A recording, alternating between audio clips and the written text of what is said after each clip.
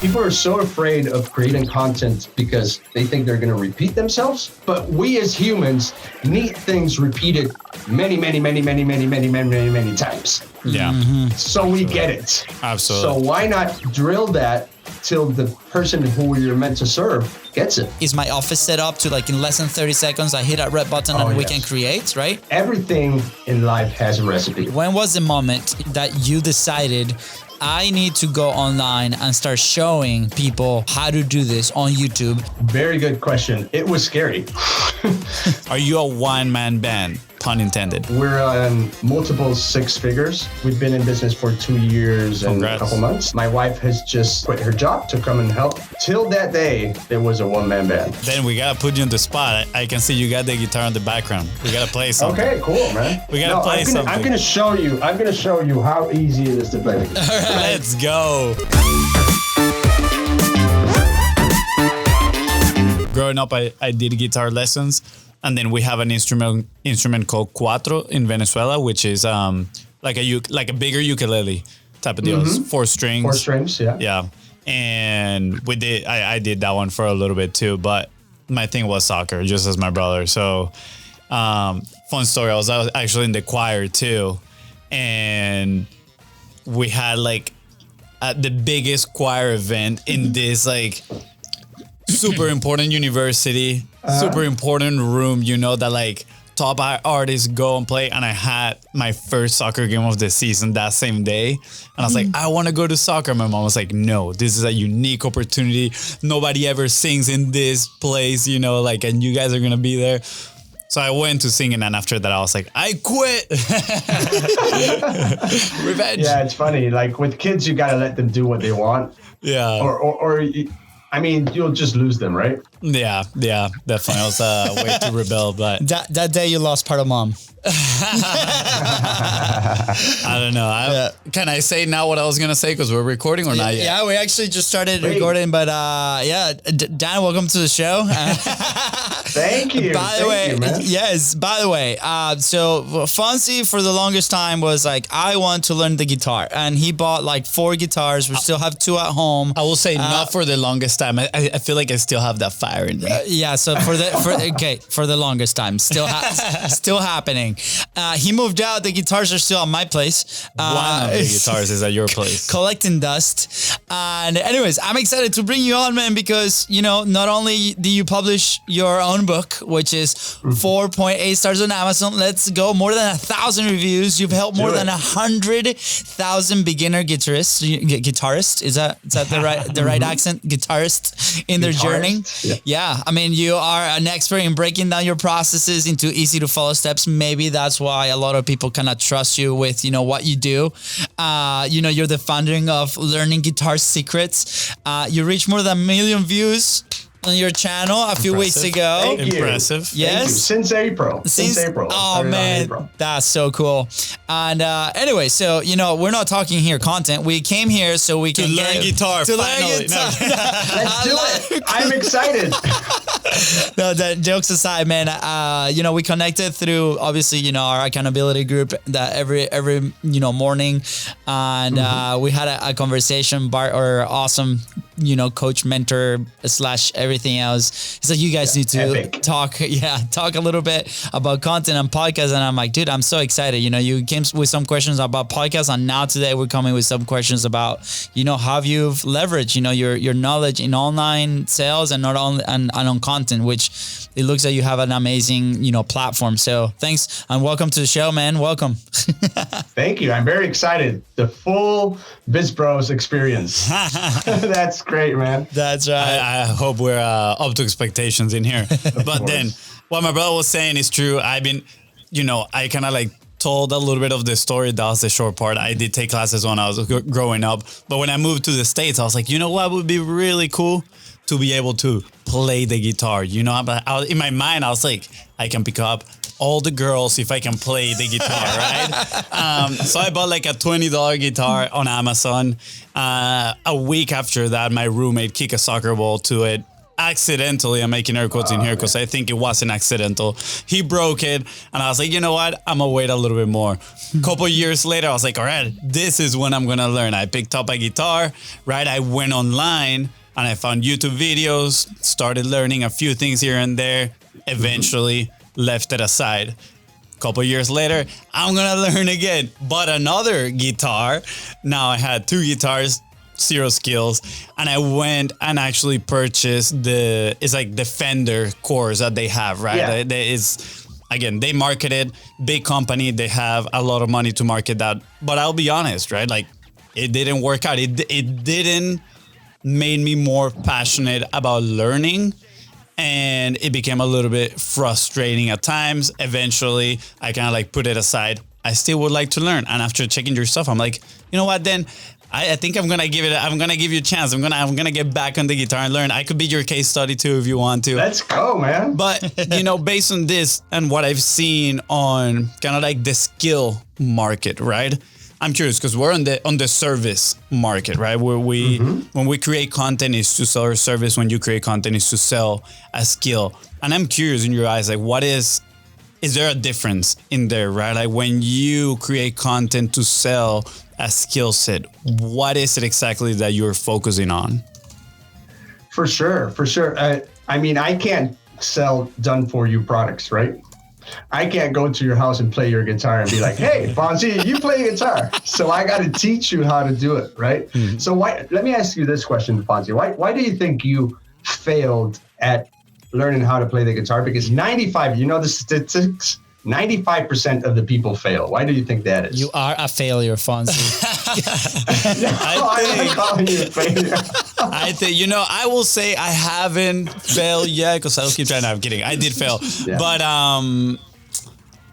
two reasons. Like one, I think I personally like to do a lot of things and I have my hands on a lot of things. So, playing soccer, the business, I'm always learning something, reading. So I personally think I didn't dedicate the right amount of time that it actually needs. I was probably just being like, oh yeah, let me practice for 20 minutes and then move on to the next thing. And I don't think there's enough reinforcement there, enough practice. But also, I didn't feel I was progressing, right? Like I couldn't play a single song. I just maybe, knew a few notes here and there, and that's it, right? And I was like, well, I can only play these 3 chords. I cannot play too many songs.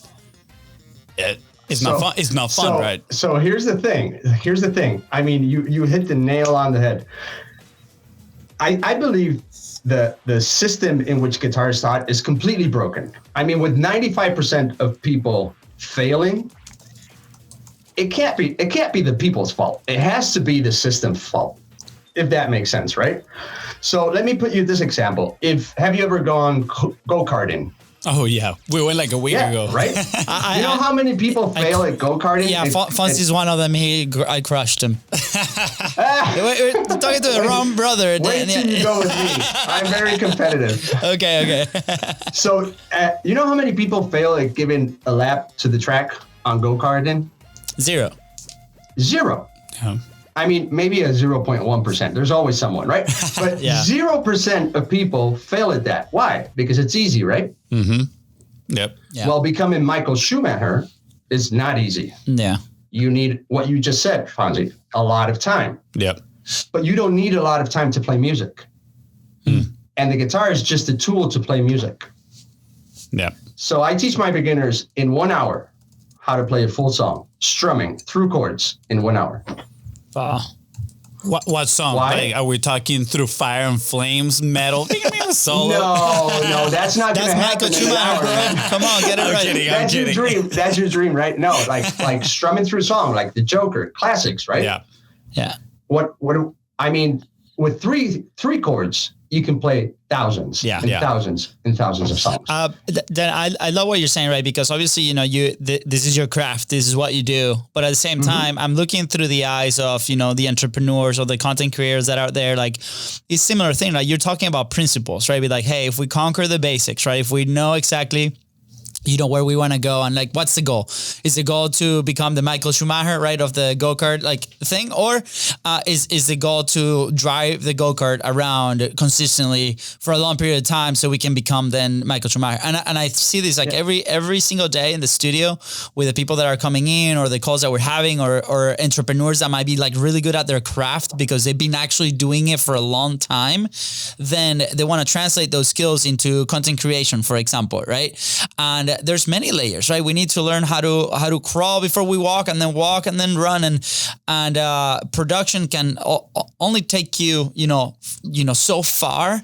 But at the same time, it's like, what are the basics that we need to work on? And I love this because it translates almost into anything that we do, right? Like at the end of the day. So I love the conversation on the product, and we're probably going to dive into that, but I'm going to make the connection also with content creation as a skill, because you've clearly have been working very hard on it. We're on your YouTube channel at the moment, and what you've done is not easy feat, right? So I want to, transition a little bit on the side of like, okay, when was the moment that you decided I need to go online and start showing people, how to do this on YouTube? And then if we can go in and dissect what is it that you show for free on YouTube, and then what you sell like on the back end. Because I think like that's a massive like gray area that a lot of people are like, on one side you have these creators that are like, give everything out for free and like blah, blah, blah. And then you move into a different model, and there's some that you teach them just enough so they're teased and all this, and then they transition into your paid product, and I don't think there's a solid answer to this. I think it's like individual choice, but I'm very curious of how you've done it. So let's start at the beginning. Like, what was that day like when you're like, I think I should be on YouTube? Yeah, the day I thought I think I should be on YouTube was the day that my reach was cut on Facebook. I'm like, uh-oh. So I'm used to getting between 100 and 150 leads per day, email addresses, just by posting on Facebook. Just on Facebook. And just on Facebook. And suddenly it went to 20. And I'm like, uh-oh. Wow. Posting the same things, same type of content, same everything, right? And suddenly my reach went drastically down. What year was that? It was like 2 months before April. Oh, wow. That's when I'm like, just now. Just now. And I had a massive hit like for 2 weeks, and then it went up again. But I'm like, I was solely dependent on Facebook. And I'm like, what happens? I've heard all these horror stories. What happens if my reach gets cut down or my page gets taken down, right? Not only for me, but all the people that I teach and are connected with me and are dependent on that, what happens to them too? So I'm like, okay, I got to figure something out. And YouTube had always scared me because of the high production quality that it takes. I mean, me making for those listening, by the way, he was doing air quotes on high production. Yeah, air quotes. Yeah, high production. Yeah, because there are videos that are just hit the camera, record, like reaction videos, stuff like that, which are very cool. But usually with guitar, you see all the big influencers in guitar have these amazing studios, amazing cameras, super thought well lessons that like I'm not that type of guy. I just hit record and go for it and then hit stop. Yeah. So you can see that on my Facebook. You can see my finger on the camera, literally. Like that's so record. Awesome. But that's a way to produce a lot of content very fast, right? Yeah. YouTube is not like that. So to create a video on YouTube, it's like a day of work. Record, edit, publish, thumbnail, the title, the blah, blah, blah. You got to think everything through. So it's not as quick as Facebook, for example. Yeah, it's another platform. But I'm digging it. It's cool. I'll say you're doing pretty good. 20,000 subscribers and 89 videos. That's very impressive. Yeah. Thank you. How long were you creating on Facebook? Right, because like I think like our story. Obviously, we don't sell us. I guess at this point with frameworks and stuff, it might be a skill that we're selling at some point. But we started also on Facebook because of the less friction. Like you said, like you just like grab your phone, you click the red button and you start telling a story, and you hopefully you teach something and you work on your message, right? And I think the frequency was very important for us at the very beginning to like, we just needed to get the reps in, right? And Facebook was our initial communities that we were part of. So we were getting feedback from people that were also in the same journey. So I think that was super helpful. And then our transition was not directed to YouTube, but for podcasting, right? Like long form content, conversational, audio first. And then just recently, you know, we've been putting everything on YouTube, but we don't create what we say like YouTube specific content, right? We're not doing that keyword research. It's like the interviews, they go there, and we rely a lot of the energy of the show on different things because we've mentioned on the show, our goal is a little bit different. It's like the relationships. Maybe down the line we'll go on YouTube. When you made that transition between like that daily stuff or like that very organic thing on Facebook, were you scared that you were going to lose some of that authenticity on YouTube? Like, how do you tackle that? Did you ended up producing it yourself, or you ended up, you know, partnering with somebody that kind of helps you with that? Like, what was that process in your head? Yeah. So your idea is if I have a team behind, and how do I tackle Facebook? How do I tackle YouTube? Is that what you're asking, Luis? Well, in a sense, like how would that transition to YouTube happen, right? Because obviously the content on your YouTube channel, it seems a little bit different, right? So a lot of people, for us, it happened. We're like, well, the transition to YouTube specific content hasn't happened yet. Where it's like, do we have a very concrete 5-minute video about how to solve a specific problem, for example, right?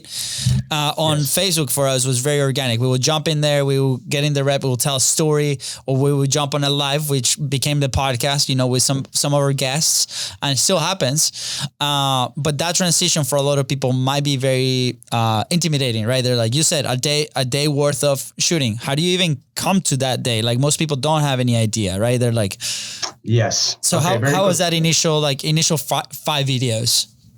Very good question.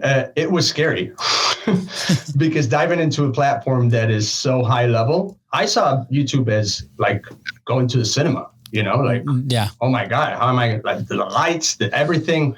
It was scary to me. I was so comfortable on Facebook. Curiously, maybe it doesn't completely answer your question, but you know the videos that have done the best? Probably your unedited videos. Yeah. Hit record, go for it, hit stop, and just, you obviously trim the beginning and the end. Yeah. And that's it. And that's the video. Those are the videos that have done the best. Yeah. Which is, it's weird, right? But I think when you're in the flow, when you're in the zone of really teaching something you're passionate about, and you're really like dig into the moment, and you get excited about how you're teaching it because you know it's going to help someone, that's what people get feedback on. If you're like really like sketching everything out, and now you're cutting here, you're cutting there, you lose momentum. Yeah. And that translates into the video, and then people watch like 3 minutes. But if you're like banging like knowledge bomb after knowledge bomb, and you're like, yes, and you're playing, and you're getting excited, then people stick around because I got to watch this guy. Like this guy is excited. Is really excited about this, right? Yeah. Yeah. I love everything that I'm hearing, right? And my mind goes to, obviously, you've been teaching guitar for probably years, right? Even before you started creating content, which again, it translates. You seem to be an educator by nature, right? And a lot of people struggle with that camera presence, just jumping on and then kind of like slowly developing the skill of just creating content, sharing their ideas, right? What would you tell them to avoid making it overwhelming, right? And I like the fact that, again, I feel like I'm scrolling here through your YouTube. You do have some really big outliers with like over 200,000 views and whatnot, right? But I noticed that obviously every video is like focused on one problem, one specific thing, right? I'm curious, what would be that advice for somebody that is, starting to maybe teach their skill or, present their problems and solutions that they can, solve for other people? Okay. So my personality, I'm a systems guy. Like I love to fix things. I love to fix things. Like when something's broken, I'm like, haha, here I come, right? And I love to fix things, and I love to I can sense what's wrong into something or how to make it better. That's just the way I am. Can you repeat your question? Because I lost my thread. And no worries. Like, what is that point of advice for people that are starting to, create that content, but they might not be educators, or they're having a hard time getting on camera, right? Because again, like I mentioned, your past probably, you've been educating people and teaching way before you jump on camera, which probably made that transition a little bit easier. Okay, so Luis, our common coach, would tell you that life is a recipe. Everything in life has a recipe, right? And you probably solved something for yourself that you find natural. Like, I'm going to put a super silly example, like tying your shoes.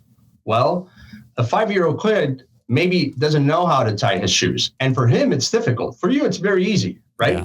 But if you can create a system, a recipe to tie your shoes, now you can break that recipe down into smaller steps. Like, if I just tell you it's done like this and I just tie my shoes, that's how most courses are made. Yeah. Hey, this is tying your shoes. You show me how to tie them and then you leave. That's not a good course. I didn't learn anything. I didn't acquire that skill, right? But if you can create a recipe to where every single little step, what shoelaces are the best to begin with, right? How to thread your shoes, how to grab the two shoelaces and make them the equal length. I'm using this silly example. I just made it up. But you get the point, right? Yeah. And you get every little single step. Now let's do it together. Okay, we put this one over here, this one over here. What do you think the outcome is going to be? Yeah. Yeah. You're going to be able to tie your shoes, right? So every little step can be a piece of content. Very easy to do, right? Mm-hmm. Hey, I'm going to the store and getting my shoes. These are the easiest shoes to tie. Now I'm getting my shoelaces, right? Yeah. So every little piece of, that's how I break down my content. Like, there's only so many things you can teach about guitar. Yeah, exactly. So I repeat what I teach, but from different angles. I just give it different angles, different points of vision. Sometimes I use a whiteboard. Sometimes I use my computer. Yeah. Sometimes I just use my guitar. Sometimes I'm in my living room, and that gives me a different vibe, right? Yeah. So people are so afraid of creating content because they think they're going to repeat themselves. Mm-hmm. But we as humans need things repeated many times. Yeah. Mm-hmm. So Absolutely. We get it, right? Absolutely. So why not drill that till the person who you're meant to serve gets it? Yeah. If that makes sense. I think when you were telling the shoelace story, just recently, Luca, my 5-year-old, had a meltdown in school because he couldn't put his shoes on. And it was like a realization where it's like, wow, have we actually sat down with him and broken down the steps? And, in business and people that are online teaching different things, and like you said, or even creating content, because when you create educational content, you're teaching things, right? Do we actually go granular enough? And I remember, like, the next morning we just sat down and we're like, okay, here's how you grab the shoe. Here's how you put the tongue out. Here's how you undo. He had Velcro shoes that day. So here's how you undo the Velcro. This is how you put your foot inside. Yeah. This is how you put the Velcro back in the little hole. This is how you do it. And it took 2 seconds, man. Like, the second shoe, he did it himself, and then that's it. And it's such a realization. Why did it work, Luis? Why did it work? We broke down the little steps, and it was accessible enough. It was easy enough for him to start repeating, right? And following, right? And I think because he did it, because you didn't do it for him. This is the problem. I think, sorry, I am interrupting you. You're good. I think it's the big problem with online courses and with books, with anything that's knowledge-based, is that they show you how to do it, but you don't do it. Yeah. So it's you know a lot of stuff. So your kid might know how to do it, but he's never done it. So he doesn't have that skill. Yeah. So like, for example, you were telling me about YouTube and in YouTube, and you were asking the question before that I didn't answer, sorry, about giving away your best stuff, right? So I can give away all my best stuff, but on YouTube, you're not going to stick around to do the stuff. Yeah. Because it's an entertainment platform. But if I sell you a course, I can show you, but then we can do it together. right? So in the same video, the second part of the video, if I was showing your kid how to do it himself, it's get this piece here. Now you do it. And then he does it, right? Yeah. And now you put your little shoelace like this, and then he does it. And having that framework to where I show you how to do it, and then we do every step together, I think it's essential to learn any skill. Yeah, absolutely. I teach guitar, but any skill. Well, we just yesterday we wrapped up a new podcast launch, and they decided that they also wanted to be part of the process. Which, by the way, I love. Like whenever we get customers that they're willing to go behind the screen and they want to learn about the process. 100%. And I think that's part of like one of the things that we do differently here in the studio is like we want them to be, involved in it. And same thing, I was realizing it, like they've never been on social media, for example. So simple things like, hey, there's a promotion cadence before you release like the first few shows. They're like, okay, how do we do that? Like, where do we do that? And my initial answer was like on social media. It's like, which social media? And I'm like, oh, this is it. So we started like breaking down the things. And sometimes as like maybe the experts on the topic, for us, it comes almost like a second nature because we've done it for so many years, but we have to like step back. And I love the analogy of, teaching the little kid because it's like that. It's like, okay, let's assume we know nothing, right? It's like, what is like this step by step that we're going to be taking inside of that content? And I think like for a lot of people, they just don't want to go there, right? Like it does take some thinking, processing, and work to get to that level, right? And I think that's what separates like great creators from average creators that are online. If we're talking about educational content and getting people results, right? Because that's another thing that I think like we should brag about with you is like you are getting a lot of people results and you are teaching them what you say you're teaching them, right? And they're doing it, which is really exciting. And the beautiful thing about breaking it down so much and being like so specific and not assuming that anyone knows anything is that the one that doesn't know it has the chance to do it. Yeah. And the one who does know it gets reinforced and knows how to do it better. Yeah. So it's just a win-win. Assuming that somebody knows something, you leave so many people behind and frustrated. Yeah. Because it's like, I felt like that with guitar for so many years, guys. Like for so many years, I thought I was music, like theory retarded, I say. Yeah, because I just didn't understand it. Like, because I'm like, I'm going to learn theory. Well, the flat 5 and the flat 3rd and the blah, blah, blah, and the major scale. And I'm like, this makes no sense. How do you use it, right? Yeah. So I use colors to teach these things. People use technical jargon. I use colors. Yeah. It's like Sesame Street. But people don't get offended by it. Yeah. They're like, finally, someone is teaching me this. I've been struggling with this for 30 years. Finally, someone is using freaking colors. Yeah. Colors are for that. Yeah. To learn. Man, the other day I saw this ad. You might have seen it. It's like this little mini electronic piano that you connect your iPad, and it's basically games. Like the iPad will show you like different colors, and you have like a kid version, an adult version, and the key is like highlighting colors, and then you start playing piano and learning the basics that way. And I was this close, to buying one for me and my kid. I'm like, dude, what a great experience is, because I'm very similar. Like we went through music classes, like Fonzie was saying at the beginning, right?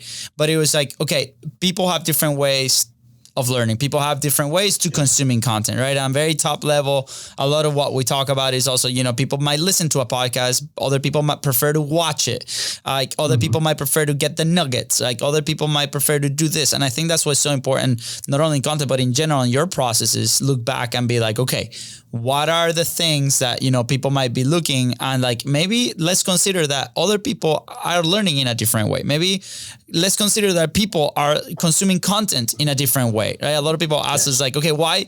Well, I'm not getting enough listeners, right? And I'm like, okay, are we producing something of quality to get the listeners? Are we promoting it in the places that they're in? Maybe an option is that maybe they don't want to listen to your content. Maybe they want to watch it. Like how we consider those options, right? And I think with everything, like you said, it's like, okay, some technical codes versus the colors. What are some other options that we can train? I think that opens a world of possibilities, not only on like teaching the things that we want to teach, but also on inside the back-end processes, right? For us to be like, okay, here's how we do things.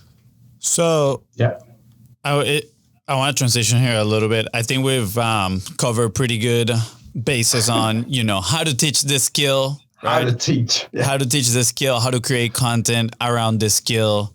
And now people might be asking themselves, all right, well, how do I connect this to profit, right?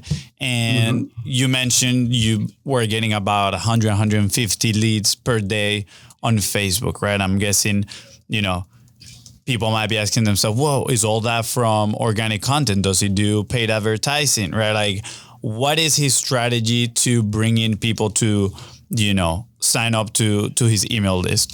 Also, why, we kind of know why you want people on your email list, right? But if you want to share, why you want to move people towards your email list. And yeah, I'm curious too, once they sign up to your newsletter, right? You have a book, you have a full value ladder, right? I was watching your website and you have a full suite of products. But I'm curious on how do you move people, right, from signing up into your newsletter to them giving you $1 or more? Yeah, hopefully more. Hopefully more, indeed. Yeah, so very good question. So what I do is my whole entire business is based out of lead magnets and self-liquidating offers. Self-liquidating offers meaning that you sell something in the front end and you immediately get your money back, at least, or make a profit, right? So all of them are books. And the way I do it is I have a book that's free, and then you can buy the book on a physical version on Amazon. That's the book I was giving out, right? So the free version is a great version. The printed version is an extended version of that book, right? So that's how I get people in my email list. I have more than one book. I have many books, so many that I can't promote them all. But yeah, you struggle to find time, right? Yeah. To promote all and you want to products, promote to what has the biggest leverage, right? Exactly. So that's one of my most successful books. And then I take them through email. I sell everything through email. People say email is dead. I mean, whatever transaction you do, you need your email. So email is very alive in the transaction world. So I drive them through email, through my different products in the value ladder. I always give value. I write every day. Every day I wake up at 5 o'clock. That's the first thing I do. Write an email. Wow. Yep. I've been doing that for almost 3 years now. Wow. So you're sending out daily emails. Daily emails. So you write it and then you send it right off, or you write it and that's something that maybe for a week? No, I write it and I send it. Wow. And then the most successful emails are the ones that go into sequences. Yeah. There you and go. become evergreen, right? So every email is value based. I teach you something, I talk about something, and then the PS is, hey, you want more of this? I've got this course. I've got this book. I've got this online training. I've got this workshop. I've got whatever I'm selling that day. I've got this promotion, right? But it's if you write an email a day, you're going to get pretty good at it. Yeah. Mm-hmm. If you post every day, you're going to get pretty good at it pretty fast. Yeah, absolutely. Right? That's why I do it. I'm about to sign up on your list, just so you know. You're going to get 151 leads today. So I love it. And I love you just preach for YouTube and everything, kind of like that consistency and the importance of understanding that you are the only one that listens to 100% of your message, right? And some people might be scared of sharing, some of their knowledge or some of their skill set in certain ways or multiple ways because they're going to say, I already said that, right? But writing an email for 3 years, right? Again, like you mentioned, there's limited things you can share about playing guitar. So you're sharing it multiple times. This question might seem like I'm regressing a little bit to the previous topic, but I am genuinely curious on how do you choose what are you going to write on that day, right? Do you have a process? You say you're a system person, right? Do you once a month do some sort of research and make a list and then you wake up and you're like, all right, today I'm writing about this? Or you you do kind of like I don't know if it was Isaac Newton that used to do this, but sleep with a coin in their forehead, and when the coin falls, they wake up startled with an idea, and you write down about that, right? Like which way do you do it? Are you just blessed with great ideas, or do you have a process for it? No. I'm not blessed. I do think about it a lot. I'm pretty much obsessed. Like, it all started with a friend of mine that came home one day. I was in the studio playing guitar, and she's like, I'm gonna sign up my daughter for lessons. And guitar is part of my life. I mean, you can't take it away. If you take it away, I'm dead. And the first thing I thought about was, do not sign her up. Do not sign her up. Because what happened to you? What happened to both of you? Big guitar, let's play Twinkle, Twinkle, Little Star, let's learn theory, right? That's not fun for a kid. So I started thinking of, right there, I thought about like a method to take chords out of the equation. That's the most difficult part. Yeah. And then I evolved that into my first program. And from there, that was the spark. I'm like, wow, I can solve many problems here, right? Yeah. And I got so excited. So it's just I'm constantly thinking of it. To answer your question, if you really want good ideas, you got to get obsessed about something. Yeah. You got to obsess, constantly think about it, constantly listen to podcasts, constantly look at videos, constantly read books about it. And then it won't get out of your head, and ideas are going to flow. Sounds like once I posted. Oh, go ahead. Sorry. Once you posted. Yeah, once I posted one topic, and I've done 5 emails on the same topic. Now I need more ideas, right? So what do? I go and research more on that topic, and now suddenly, that idea, write it down. I also carry I don't know if I can find it now, because here are my old ones. Yeah. I carry little brown notebooks. Yes. Around. What's your notebook? Then you are. I can tell we're already gonna be best friends out here. Yeah. Sounds like you do too. I'm a note taker. I love taking notes, writing down my ideas. Lot of input, and he's famous for like the family keeps finding his notebooks everywhere in the house. Really? I love it. That's awesome. Yeah. And downloading information. Yeah, we had an episode on that, on the value of capturing your ideas and your notes, right? Because a lot of times we're just going through our day listening to things, and then we're just like, oh, that's pretty good. Yeah. When I sit down to create content, I'll remember that. No, you gotta capture those things for whenever the moment comes in, which you need to put in your calendar, the moment that you sit down to create intentionally, like you do. Then you can open that book and be like, "Oh, this one is good," and I feel inspired today to write about that one. And then you go ahead and do you immediately do something about it? Like, apart from writing it down, I found that when I get a spark and it's like, "Ooh, that's good," right? If I immediately create a video about it, then it sticks and it evolves into a bigger idea, and I can evolve it. Once I write it down in my notebook, out of the 10 ideas I had, 1 is good. Yeah. But if I immediately take action on it and I explain it, I go live, I create a video about it. But it has to be, it can't be a video to you. It has to be a video out there, right? And that's the difficult part that you were talking about before. Yeah. That people are afraid of. You got to put it out there, because then intention really matters, and you're really going to put the effort. Yeah. Once you put it out there, it might not be perfect, but now your brain is like obsessing about that idea. Yeah. And you think about it constantly. I think that's one of the things that most people maybe ignore or don't even like experience when they're starting to create content. It's like, that's how the content creation skill is developed, right? Like, imagine, you see the big ones like Gary Vee, right? He's been doing it for a long time. Like, he just goes lives and he posts and he thinks, and a lot of the feedback that we see anywhere in the conferences or different things, everybody's trying to hack the system, right? As in, like, how can I create without actually be a creator? And I think, like, to be putting your authentic self and your authentic ideas, you have to become that creator. You have to be obsessed with your topic. You have to be. And I remember, I experienced it. I didn't publish this, I guess, in a content environment, but I experienced this when I was writing the speech for your wedding, where it was literally, I was walking from the living room to the kitchen the morning off, and this kind of like one sentence premise came up, like that idea. And I literally sat in the couch and started typing on my phone. And we had like my 2 kids, my cousin, my wife was there. Like we were about to get ready.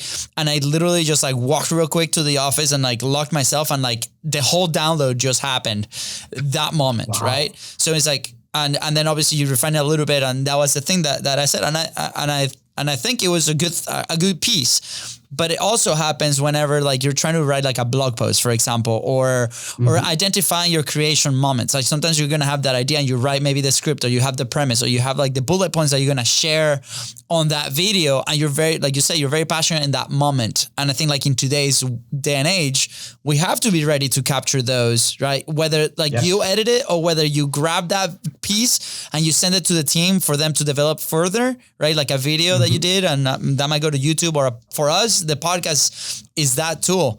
But like I've tried to, in my very personal case, I feel like I never was attracted to blogging or like write things out. Fonzie's way better at me than that. So on my end, I'm like, okay, what's my process? And my process is maybe we have these videos that we do, because like for me personally, it's easier to talk to a camera. And then the information that's set there, how do I structure, how do I leverage maybe technology to restructure it for a piece that I can publish as a blog, for example. I think for Fonzie it's backwards. It's like he likes to write first, and then based on what he writes, then we create the video. And I think that's interesting because every single person will have their process. Like you said, like you probably set up your environment to when like you have an idea that comes through, and in less than 30 seconds, you can probably be creating a piece of content on that. And I think those are elements that as we start to create, we have to consider. It's like, where am I? Like, is my office set up to like in less than 30 seconds, I hit that red button and we can create, right? Is my studio set up that way? Is, am I okay with maybe the phone if, instead of setting up all the microphones 100%. And things? I think that's so important to start thinking about. And I encourage everybody listening or watching to look at your environment. And it's like, are you in an environment where if something like this happens, you could create right away? Yeah. I wanna add something, attach something to what you mentioned about that inspiration. It reminded me of a quote. I had to search it to make sure I got the right one, but it's from Naval Ravikant. I don't know if you know who he is, but for those that don't know Naval, he's like a huge investor. Is like super famous in the tech world. And he says, inspiration is perishable. Act on it immediately. Right. And it relates so much to what you just said, but also I want to tie out to something I heard in one of the Tony Robbins events or whatever, which he talks about communication all the time. And he says like only 7%, communication is only 7% what you say, about 38% tonality, and like 55% your body language. So what I want to get here is like when you're inspired, right? Like communication happens a lot is a transfer of energy of sorts, right? And when you're inspired, 100%. It feels so much natural on the camera, right? You're actually transferring that energy to the viewer. When you don't have that energy, right? And you just sat there on the camera, like it's noticeable, right? And I think that's why for a lot of people it's painful, because maybe they're not inspired when they're doing it, right? Or maybe they don't have the reps to do it, and they're like, all right, let me do it first time. And that energy that comes across, it's an awkward energy. And when they see it, they're like, oh man, I'm terrible on camera, right? And they label themselves, they identify themselves already with, I am bad, I'm not a content creator. But if they maybe they're just, sorry. No, I would say, but if they would just do it when they're inspired at first, right? Like, oh, I got this great idea, let me talk about it, right? And don't script it, don't nothing, just like turn on the camera and talk about it. Yeah. I think they would notice, at least for part of that video, that they have a little bit of that spark of like, oh, I can actually be a good content creator. I just need more reps. Yep. I think many people are making it harder than it is. Like you always got to work with what you have. You've got short legs. You got to work with short legs. You've got 4 fingers instead of 5. Hey. Yeah. I'm still fast. I'm still the best. 4 fingers instead of 5. You got to work with 4 fingers, right? Yeah. Making things as easy as possible. Yeah. Hey, I don't have a camera. I've got a phone. Cool. You've got a phone. Like I teach my beginners this with the guitar. Hey, 3 chords. why learn more chords? Get comfortable with them and play amazing music with them, right? Yeah. Instead of learning 150 variations and then feeling very shy about you can't change to that chord variation quickly, and now you know it's going to sound bad. Yeah. And now, well, same with content, right? Well, if you have a super good camera and you've got your script, but you don't know your script, and then you're stopping all the time, and why do that? Yeah. Just get your phone, or your phone or your blog or whatever you feel comfortable doing, but you got to be in a state of flow. Yeah. To deliver. Yeah. And have a conversation. It feels like a one-way conversation when you're doing this, but it's not. There's someone on the other side receiving what you're teaching, what you're talking about, what you're joking about, it's a two-way conversation. Only you're the only one speaking, if that makes sense. Yeah, 100%. absolutely. I think, we have to look at tools as a way to enhance like our message or like that passion that we're trying to like share with others, right? It's many times that we've been in conferences, and obviously you have the sponsors or you have like the people kind of like, out there on the vendors, right? And everybody's so excited about the equipment, the new camera, the new thing, like the new settings, the new audio boards, blah, blah, blah. And like, we get excited about it. I'm a techie, man. Like I love devices, and we've been also victims of like getting a device and then never using it again because of whatever, right? But at the end of the day, it's like we have tools at our disposal to be able to create, and that's totally okay. And if it's like one camera and then that's it, that's all you have, well, can we change angles on the camera? Can we use, paper? Can we use like a whiteboard? Can we sit here? Can we, and I think that muscle of like, okay, if we have less stuff to work with, like as in tools, is going to help us be more creative. And I was watching a video of, as we wrap up with like Casey Neistat. I don't know if you are familiar with Casey, but Casey is like a big YouTuber, one of the like OGs of YouTube. And his videos are always like vlog style with one camera. And he uses a ton of props. Like, so his office is set up with a ton of props that he uses every single day. And he illustrates things not through like computer graphics or anything, but with the props that he has at his disposal. And I also read, it's like, for me to make it easy, like I have a few rules where if my camera has to always be fixed on a spot. So he puts them like on benches or on trees, but he always has to be fixed. Like you don't see it often, like moving the camera kind of like vlog style. And he's like, okay, what are your established rules with the things that and resources that you have today, and then maximize those. And once those maximize, then you can start looking at, anything else. So I love how, your passion and your love for teaching the guitar translates into almost everything in life, right? Like especially content creation. So thank you for sharing that. I don't know, Fons, if you have any last thoughts as we have to wrap up soon. I have so many questions. I don't know if a last thought. I have so many questions. Well, I know we deviated a little bit from the profit part, right? I mean, you did share kind of like the funnel that you use, right? The self-liquidating funnel. So for those that are listening and they're asking themselves, what is a self-liquidating funnel? Is you run an ad that sells a product that helps you recover your investment, your cost for acquiring a customer, or you're making, or it's a little bit profitable. So that way you can just keep spending money in ads without it being a cost, right? You're acquiring customers in your list, in your email list, you're building that one. And then you sell them through communicating with them. Some people do it differently, right? Then here does it through email, daily emails. You communicate with them and then you sell them. You move them through what people call the value ladder, right? Now, my question for you is, people are thinking this is a lot, right? Like building a funnel, building the ad, building boom, boom, boom, products, everything, right? Content. Are you a one-man band? Pun intended. Are you a one-man band in here? Like, do you run your own ads? You already said you write all your emails daily, 5 a.m. in the morning. Also, I'm curious, even on Saturday and Sundays, 5 a.m. or is it a different time? Right? Like, do you script your YouTube videos? Do you record everything, edit? I'm curious, right? Let's break the myth. It's like yes to all. It's no myth. My wife, like we've got to a point, if you want numbers, we're on multiple six figures right now. We've been in business for 2 years and a couple months. Yeah. Thank you. And my wife has just quit her job to come and help That's in the awesome. business.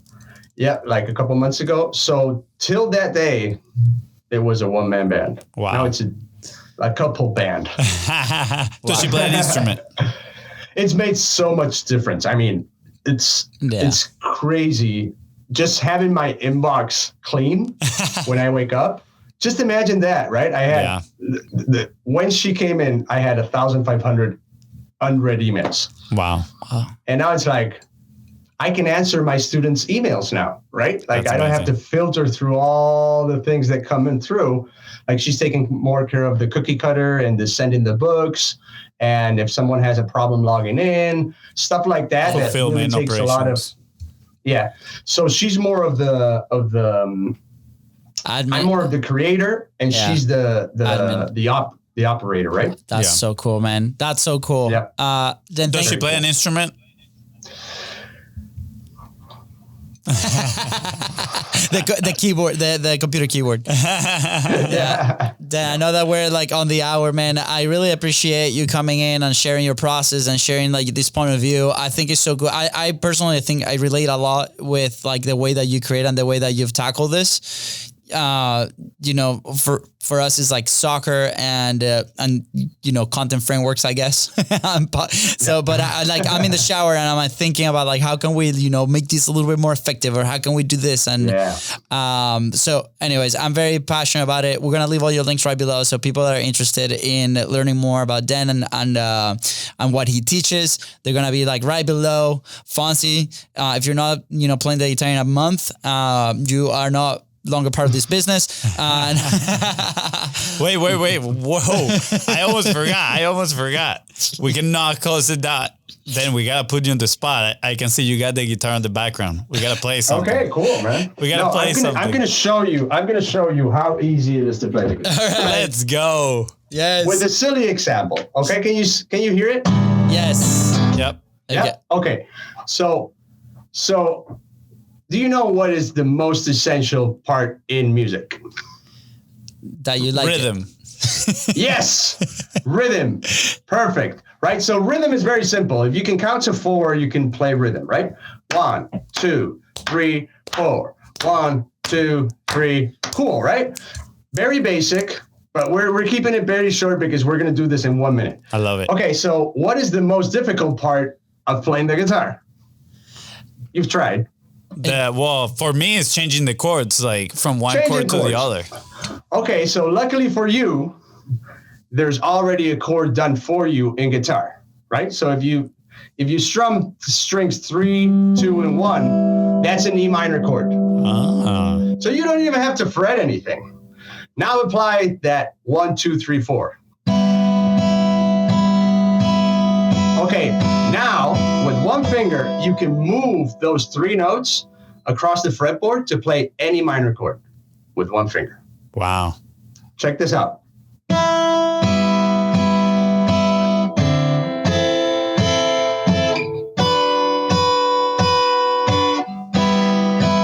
Right? That's a silly example. It's a good example. But you're already playing music. What did it take you? A minute, right? Yes. My wife will be like, that is no music. We can go into that discussion a lot, but like, I'm with you. I'm like, yes, that is music. No, but it's very simple. Yes, I mean, there's a lot more to it.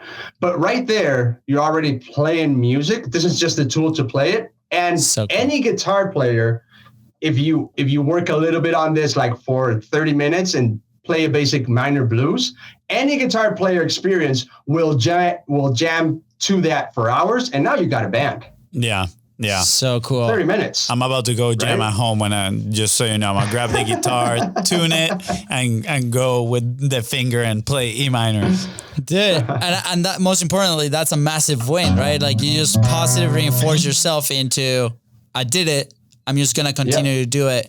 Dude, I'm so excited, man. I'm so excited that you're going to be helping so many people out there. You know, I'm going to, well, you're not allowed to touch the guitar that's at home. I'm gonna try to. That is my cool guitar. No, that's your present to Luca and Mateo. No, and we're gonna that use one it. is like, well, I can get them another one. That is a very nice guitar. But I love the example. Don't get me wrong. I'm gonna do it, but I want to hear you shred